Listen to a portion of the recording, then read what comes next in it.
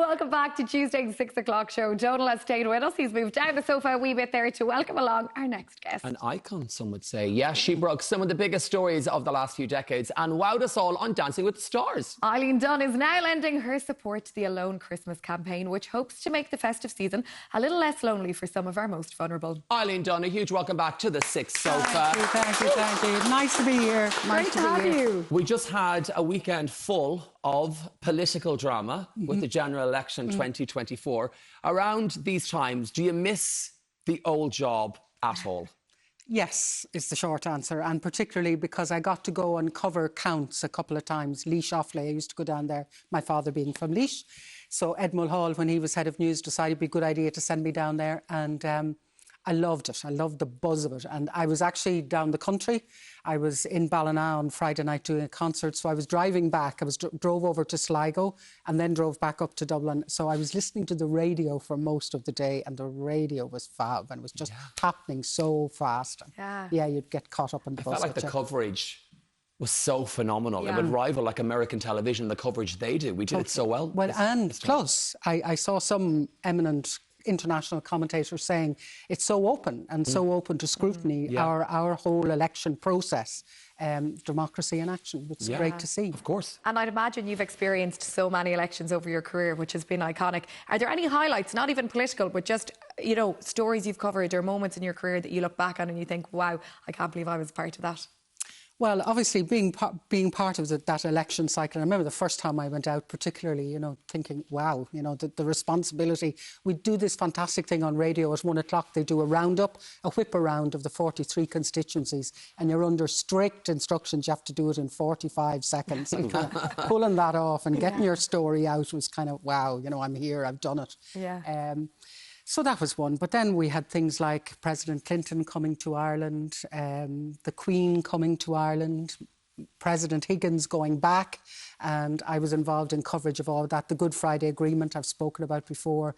Dunblane is one that hits me because it happened not long after my son Cormac was born, when a gunman went into a school in Scotland and shot up 7-year-olds, you know. And I'm thinking of the little 8-year-old that was killed in New Ross over the weekend. So stories like that impact you differently when you're a mother than they do when you're not, obviously. Of course, you know. of course. Your father, Mick, did a lot of work with the GAA. Eileen, what was it like growing up around all of that? Well, I used to tell the story and he used to get cross with me. I'd say I didn't go up the Dublin Mountains until I was about 21 because our Sunday drives were to GAA pitches all over the country. You know the choice. So I knew every GAA pitch in the country, but I knew nothing about the Dublin Mountains. I know, but that's amazing, you know, being connected to something like the GAA. We spoke about this off air. I feel like it's a whole community inside of Ireland, isn't it? And it's something really special. Well, it's what we call the GAA family, and we just established that you're Mrs. Declan Hannon, All-Star, three-time All-Star. Mr. Louise Ganton. Well, there you go. It's 2024. But in the GAA context, and he's three-time All-Star. My father was one of the founders of the All-Star. Myself and my sister wrote a book about them, so he would feature in that book. Do you know, I have a very funny story of a night I actually saw you, Eileen, at the All-Star Awards, and I'll get in trouble for saying this, but Declan's brother, my husband's brother, said, I can't believe Anne Doyle is here. Oh. We're like, no. But that happens all the time. The other icon. Ask her. She'll say, when my son Cormac was born, people used to come up to her in the street and say, how's the baby? Stop it. She's like, what baby? What are you talking about? What are you talking about? Is it true your dad actually filled out an application form for you for a role at RTE? Yes, because it was 1978-79. I was teaching in France for the year, and an ad came on the radio for radio continuity announcers, and there was a big postal strike on here. Look. There's a young Eileen. I love the grilling Eileen. Butter wouldn't melt. January, February 1979. There was a big postal strike on here. So I was on the phone to him and he said, I'll send you a form, but in case it doesn't get there or get back, I'll fill out one here and put it in. So I always reckon he had a hand because every fesh, every concert, everything I ever did, he put down, whereas I just filled it out and threw it in the Go Mick with all the detail. Great memory. A great man for the detail, there Mick, yes, absolutely. And we've obviously, Anne, says I. Eileen, I'm just, my own Freudian slip. My own Freudian slip. We've just mentioned, obviously you've interviewed so many iconic people in your career, but remind us of your first ever interview. My first ever interview was with the legendary Gay Byrne. Wow. Yes. When he published his book. Now, he was always well disposed, and you'd know by him whether he was or he wasn't. And there was one summer when I filled in on his programme doing like an extended playback before I moved over to television news, and I reckon that wouldn't have happened without his say-so. So it was always... And I was actually working on the Eurovision, and I was down in the Berkeley Court looking after delegations, and himself and his co-author Deirdre Purcell arrived in, and they were having lunch to celebrate signing off on the book.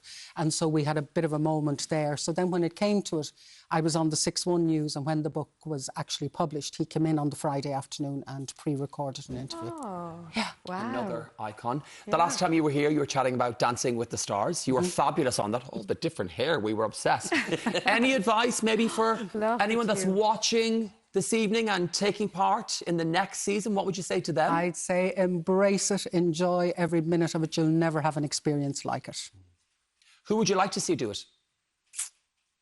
Well, Don't get any ideas. you must get asked all the time to do dancing. I do, but you know what? It's the time commitment. I would love to do it. And it always, like I was saying to you in the dressing room, it looks like so much fun. It looks like everyone who takes part in it just has the time of their lives. And I think, like you said, it's an experience that you just embrace. But maybe the time will come. Who knows? Yeah. Well, you see, I had just retired, so I had the time to do it. Yeah. Eileen had all the time. Yeah. You're also this year's ambassador for the Alone Christmas campaign. Tell us all about that and your involvement. Well, something struck me. I mean, I am from a family. My mother's still alive. We're very lucky we still have her, all of that. But it struck me. I heard a report earlier this year that said that, and I am now that soldier, over 65, 1 in 5 over 65s are in poverty, are living in poverty in this country.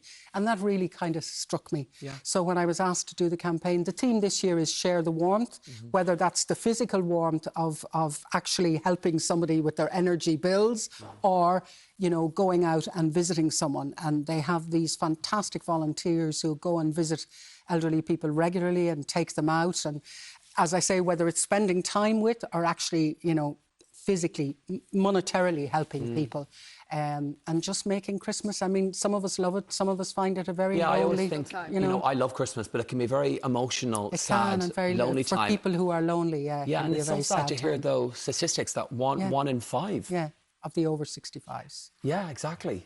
Are you surprised to hear that, Donal, when you heard that? Yeah, I mean, I think it's a really difficult time of the year for everyone. And like we were talking about earlier, there's a lot of stress, a lot of pressure that is put on people. And actually, it is about kind of looking around you, seeing who is struggling and if there's any way to help. And I think it's such a lovely charity to be involved with. It really is. Eileen Dunne, thank you so much for joining us on the 6 o'clock. My pleasure. And you can check out alone.ie for everything you need to know and for a host of resources for our elderly loved ones. Up next, we look back at last night's Fashion Awards. Get ready for some serious glam. We're back after these. A bit of drama, I hope. Oh, good on that.